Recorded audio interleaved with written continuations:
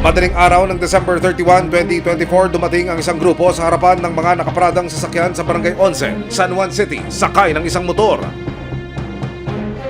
Bumaba ang dalawang lalaki at nagmasid sa paligid habang pasimpleng tinitignan ang isang motor.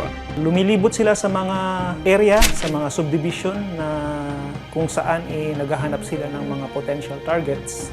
At pag meron na silang nakita, especially yung mga motorsiklo na hindi nakalock yung manibela, babalik sila.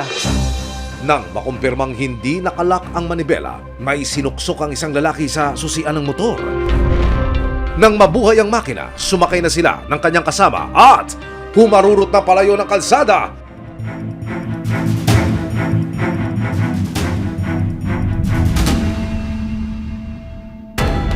Ang may-ari ng motor na si Christine, hindi inaasahang ibang handa pala ang sasalubong sa kanya sa bagong taon.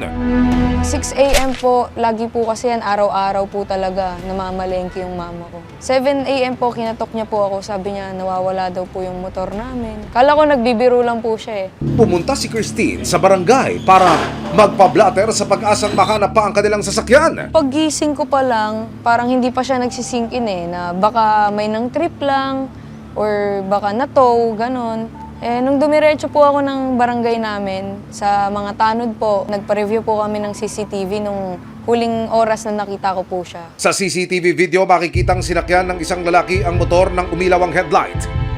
Umangkas ang isa pang lalaki at saka sila umalis sa lugar. First time po, and parang hindi po namin talaga inakala kasi sa barangay po namin, ang tagal na po sa amin ng mga motor namin na safe lang talaga.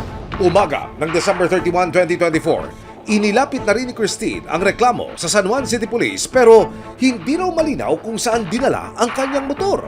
Ito ay successful na na-start, na force start ng mga kawatan.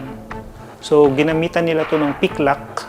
Pagka kuha po ng motor ay naitakbo po to sa isang lugar.